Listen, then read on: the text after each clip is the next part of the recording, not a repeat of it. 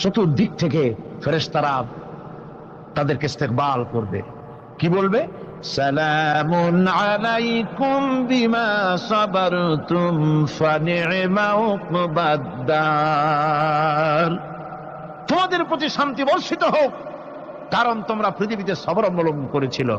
কতই না উত্তম জায়গা, কতই না সুন্দর জায়গা আল্লাহ রাব্বুল আলামিন সবরের বিনিময় তোমাদেরকে দান করেছেন। সুতরাং এই সবর হচ্ছে মুসলমানদের জন্য সবচেয়ে বড় নিয়ামত। আজ আমার তো মনে হয় পৃথিবীতে মুসলমানরাই সবচেয়ে বেসবর। ট্রেনে যাবে, বসা নিয়ে বেসবর, টিকিট নিয়ে বেসবর, বাসের মধ্যে বেসবর, বাজারে যাবে বেসবর, স্কুলে যাবে বেসবর, যেখানে যান সব জায়গায় আমরা বেশি অধৈর্য, ঠিক কিনা কর?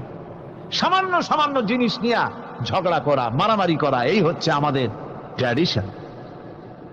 ধৈর্য অবলম্বন করতে হবে জীবনের সকল ক্ষেত্রে। এই ধৈর্য আমাদেরকে রক্ষা করতে হবে। এই ধরনের ধৈর্য যদি আমরা অবলম্বন করতে পারি, তাহলে আল্লাহ পাক বলছেন উলাইকাল্লাযীনা সাদাকু ওয়া উলাইকা হুমুল মুত্তাকুন। এরাই হলো ঈমানের দাবিতে সত্যবাদী। কোন আলহামদুলিল্লাহ। কারা কারা? না না, শুধু সবরকারী না। এই যে 10টা পয়েন্ট বলা হলো, কয়টা পয়েন্ট বলা হয়েছে? 10টি পয়েন্ট।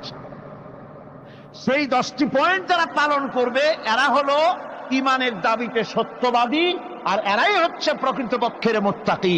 আমরা মুত্তাকি বুঝি দাঁতে ছাতা, দাড়ি টাড়ি আশ্রয় না, জাব্বা জুব্বা গায়ে দিয়ে কোনো জায়গায় পড়ে থাকে। হ্যাঁ, এটা বড় মুত্তাকি, খুব পরহেজগার। সালার চট্টর যদি পড়ে তাহলে তো আরো বড় পরহেজগার। জি, আর যদি কাপড় চোপড় মোটেও না থাকে তাহলে তো খাজা বাবা হয়ে গেল। জি, নাউজুবিল্লাহ মিন যালিক।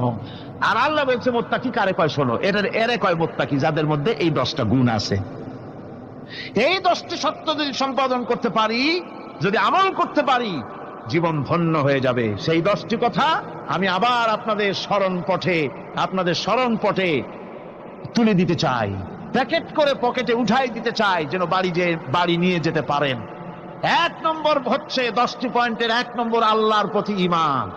1 নম্বরে আল্লাহর প্রতি ঈমান, 2 নম্বরে পরকালের প্রতি ঈমান, 3 নম্বরে ফেরেশতাদের উপর ঈমান, 4র্থ নম্বরে কিতাবের প্রতি ঈমান, 5ম নম্বরে নবীদের প্রতি ঈমান, 6ষ্ঠ নম্বরে সহায় সম্বলহীন নিকটবর্তী আত্মীয়, ইয়েতিম, মিসকিন, প্রবাসী, মুসাফির, সাহায্য প্রার্থী, এদেরকে মুক্ত করার জন্য এদেরকে সাহায্য প্রদান করা, 7 নম্বরে নামাজ প্রতিষ্ঠা করা, 8 নম্বরে যাকাত আদায় করা, 9 নম্বরে ওয়াদা পালন করা, 10 নম্বরে সবর এখতিয়ার করা। কয়টা হইল? এই 10টি কাজ যদি আমরা পালন করতে পারি, বিপদে মুসিবতে ধৈর্য ধারণ করতে পারি, যত মুসিবত আসুক, আসলে এগুলি কিছু না। মুসিবত আল্লাহ টেস্ট করবেন, মুসিবত দিয়া আল্লাহ টেস্ট করেন। দেখা যায় যে ওদের শক্তি খুব বেশি, চোখে আপনি দেখতে পারেন, কিন্তু আল্লাহ বলছেন ইন্না কায়দাশ শায়তানে কানা দাঈফা। বাতিলরা হলো শয়তান। বাতিলরা কি? আর ওদের চক্রান্ত আসলেই দুর্বল। এদের চক্রান্ত আসলে কি? দুর্বল। কাজেই এগুলিকে ভয় করা যাবে না। বিপদে মুসিবতে ধৈর্য ধারণ করে যদি অগ্রসর হওয়া যায়, তো আল্লাহ রাব্বুল আলামিন এই 10টি পয়েন্ট যদি আমল করা যায়, দুনিয়াও শান্তি পাবো, আখিরাতেও শান্তি পাবো। যত মুসিবত আসুক, বিপদ আসুক, ধৈর্যের সাথে মোকাবেলা করতে হবে। ধৈর্যের অর্থ কি? আমি আগেই বলেছি, ধৈর্যের অর্থ হচ্ছে অবিচলতা, দৃঢ়তা, বরদাস্ত করা, সহিষ্ণুতা, ধীরতা, স্থিরতা। ধৈর্যের অর্থ এটা নয় একজন একটা থাপ্পড় মারলো আর আপনি বলবেন যে বাবা ব্যথা পাইছে নাকি, তাহলে আরো একখান থাপ্পড় দিয়া দাঁত আমার সবগুলো ভালাই দেয়। এর নাম ধৈর্য নয়। ধৈর্য হচ্ছে পরিস্থিতির মোকাবেলা করতে হবে সাহসিকতার সাথে, এর নাম হচ্ছে ধৈর্য। ওই যে আমি একটা দৃষ্টান্ত দিয়ে থাকি, এক সাপ একবার মুরিদ হয়েছিল এক পীর সাহেবের কাছে। পীর বলছিলেন যে আমি তো এইসব সাপ টাপ মুরিদ বানাই না। কয় না হুজুর, আমারে বানান। তারপরে মুরিদ বানায় কিছু অজিফাতারে শিখাই দিল আর বললো খবরদার কাউকে দংশন করবে না। ঠিক আছে, সে যায়া জিগারাজগার শুরু করে দিয়েছে। এর মধ্যে জমিনে রাখাল আসছে, ধান কাটছে, ধানগুলো নিবি কি করে, দড়ি দাড়ি পাচ্ছে না। তো কি করা যায়, বানবে কি দিয়া? সন্ধ্যার পরে অন্ধকারে দেখে যে দড়ি একটা পড়ে আছে।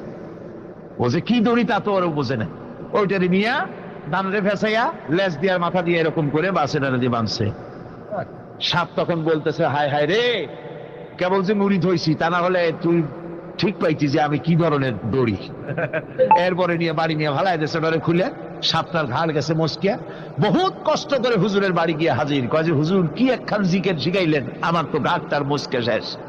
আশ্চর্য কথা, কত মানুষ মুড়ি হইল, কত কিছু মুড়ি হইলো, কারো তো জিকের করলে ঘাড় মস্কে যাবে কেন, এটা কেমন কথা? কয় হুজুর ঘটনাই। আরে বেটা ঘটনা এইটা, তুই কি করছিলি? কয় যে আপনি যে নিষেধ করছেন দংশন করতে, আমি তো দংশন করতে পারিনি। আরে বেটা, দংশন করতে নিষেধ করছিলাম, ফোঁস করতে তো নিষেধ করি নাই। তোরে যখন দড়ি মনে করে হাত দিছিল, ফোঁস করে উঠতি, ওই রাখা লাভ দিয়া বন আর পার হইয়া দিল্লি চলে যেত। কাজী ধৈর্যের মানে শীত হয়ে পড়ে না। ধৈর্য মানে অবিচলতা, দৃঢ়তা নিয়ে শক্তি সঞ্চয় করে আল্লাহর উপরে ভরসা করে বাতিলের বিরুদ্ধে ঝাঁপিয়ে পড়তে হবে, বাতিল উৎখাত হতে বাধ্য হবে।